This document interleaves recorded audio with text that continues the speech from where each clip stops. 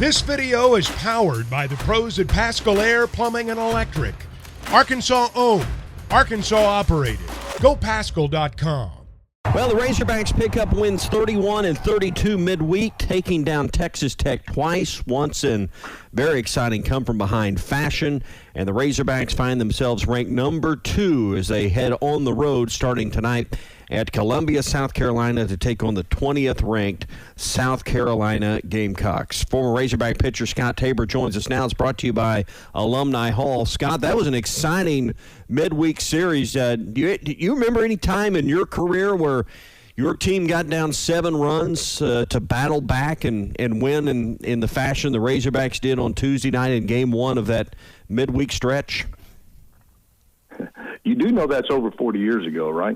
But, you know. Well, you can make up any story you want. Half the people won't believe it. Every time I pitched, we would get down 10. I'd come out of the game and go sit on the bench and watch us come back and win. So that's the way it really was. You always have some wins like that, and I tell you, it was fantastic. I don't remember any specifics, but and I always go back to that 79 team because it was all new to me as my freshman year, and that team never, ever, ever felt like we were out of a game because we had hitting up and down the lineup. And so I do remember some games, and, we're down by 6 going to the 7th inning, and nobody's panicking. We're in the bullpen, and all of a sudden hits start coming, and you'd get a little pop fly over the shortstop's head to score 2 runs with 2 outs. And the next thing you know, the game's tied, and then we win it, and go into the 9th. So every team has those games, and sometimes they go your way and sometimes they go the other way. And it was great to see because those guys need that. When you come off a couple of losses at Alabama, and they weren't like we got blown out losses. They just happened. They had a freshman pitcher on Sunday that just had one of those days that every pitcher has. He statistically wasn't that great up until that day, and he was just nails. He was pitching the baseball, and it's hard to beat that. Hey, I want to go back to that Tuesday night game where they came back. We tend to focus when a team comes from behind on their bats came alive and they scored a bunch of runs. First thing that's got to happen is somebody's got to come out of the bullpen and hold the other team right where they are. I mean, they gave up 6 runs in that inning. The bullpen gave up 1 run the rest of the way. If you stop and think about it, 7 runs, 8 runs doesn't always win a midweek game. You do have a chance to come back, but the first thing you got to do is stop them from scoring. I thought Arkansas's bullpen, and some of those guys that pitched Tuesday and Wednesday don't always pitch on the weekends, but I thought those guys were the real reason Arkansas won 2 games. Exactly. Yep. And that's exactly right. Chuck, we have some guys. I got to tell you, I'm a huge Cooper Dossett fan. I love watching the way he throws. He's confident. He comes up and he nibbles, and he's got great stuff.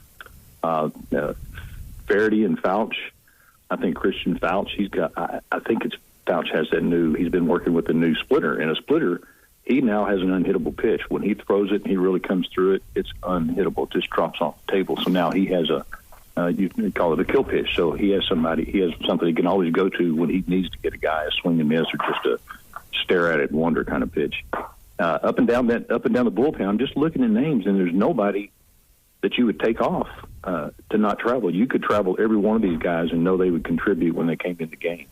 But then again, we see how Tuesday, Bivey's got great stuff, and he just had a day that we're all expecting, him to go 5-6 innings and give up nothing. Well, Texas Tech can hit. Texas Tech hit when we were in the Southwest Conference. They always led the league. Texas Tech and TCU, for some reason, always had the best hitting teams in the league. They just didn't have any pitching. And so they continue. I don't know if it's the air down there, the water, or the fact that they play in 30-mile-an-hour winds every day. Don't know what it is, but they can always hit. Hey, I was thinking about this the other night when I was watching the game. I want to ask you about this. Dave, when he goes out and makes a pitching change, he's got the same walk every time. I don't know what's said out there. You've been in that spot. What did Norm say to you when he came and took you out of a guy? What goes through a pitcher's mind? What's the conversation like when you're being yanked and you just as soon stay in the ball game, all things being equal?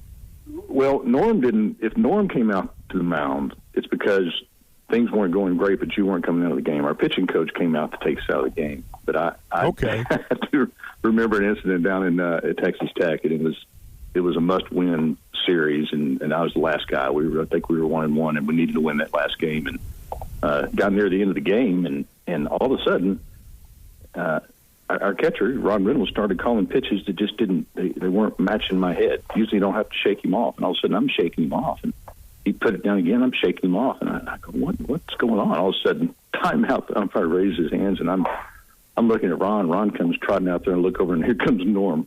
He is flying out to sit. I thought we were under nuclear attack or something. I had no idea what was going on. He looks at me. He kind of gets right in my face. He goes, "When I call a pitch, you throw it." I go, I look at Ron. He goes, "Oh, yeah, I forgot to tell you. He's calling the pitches right now." I go, "Yes, sir." and he does. You're shaking off the head, man. I'm shaking off Norm, and I don't even know it. And they aren't. He's not calling very good pitches. And then he said something to Ron, and Ron said something back to him, and Ron looked at me, put it on chest, because I'm calling them now. I said, okay. So, because things started going south, and Norm had just decided all of a sudden for the first time all season that he should start calling pitches. I go, where did that come from? And our pitching coach wasn't real happy about that.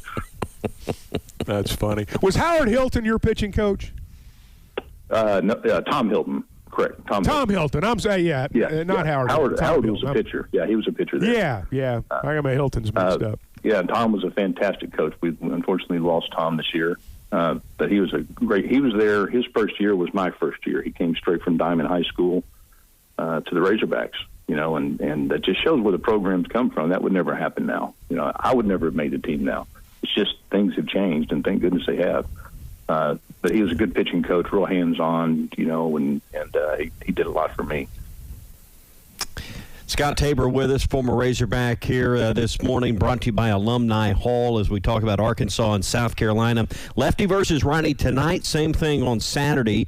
South Carolina has not named their starter for Sunday. They're pitching off. They're going with Roman Kimball tonight. They're righty, and they're going to go with Eli Jones tomorrow. You got Hagen Smith, Molina, and Brady Tigert for the Razorbacks. What do you make of the way South Carolina is handling their rotation? I think you're going to see more and more of that as you go through conference. Look at our first half of conference. I mean, we're 12-3. That's a great first half. And this team is expected to do as well or better on the back half. But we're playing teams on the back half that statistically wise are better hitters, and we have some better pitchers. And so we're facing the tougher half. But you don't know that until you get to the first half. I mean, who's going to be good? You don't know until you play, until you get some stats under your belt. I think we'll see more of that because teams need to win 2 out of 3. And I think, Tommy, you and I kind of talked about, my freshman year again, I'm so green, I had no idea. I remember once in a meeting before the pregame meeting before the series, and goes, okay, all right, we're going to really try to win 2 out of 3 this weekend. And I'm sitting there going, third game. I hope we try.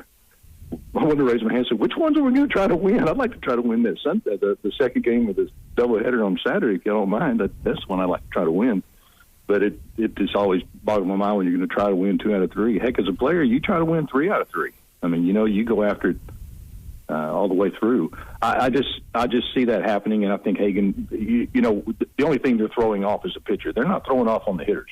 So our pitchers still have to face and line up, and they still have to pitch. Hagen can't go out there going, I'm not throwing against their best pitcher. He's not throwing against any pitcher. He's throwing against their hitters. So he needs to stay focused on that. Yeah, that is something we know, but we don't think about. Any differences you've seen with Arkansas's righty and Brady Tigert the last couple of outings? He's got his ERA back down under 3 at 2.59. I know he's had control issues. Any technical differences you've seen?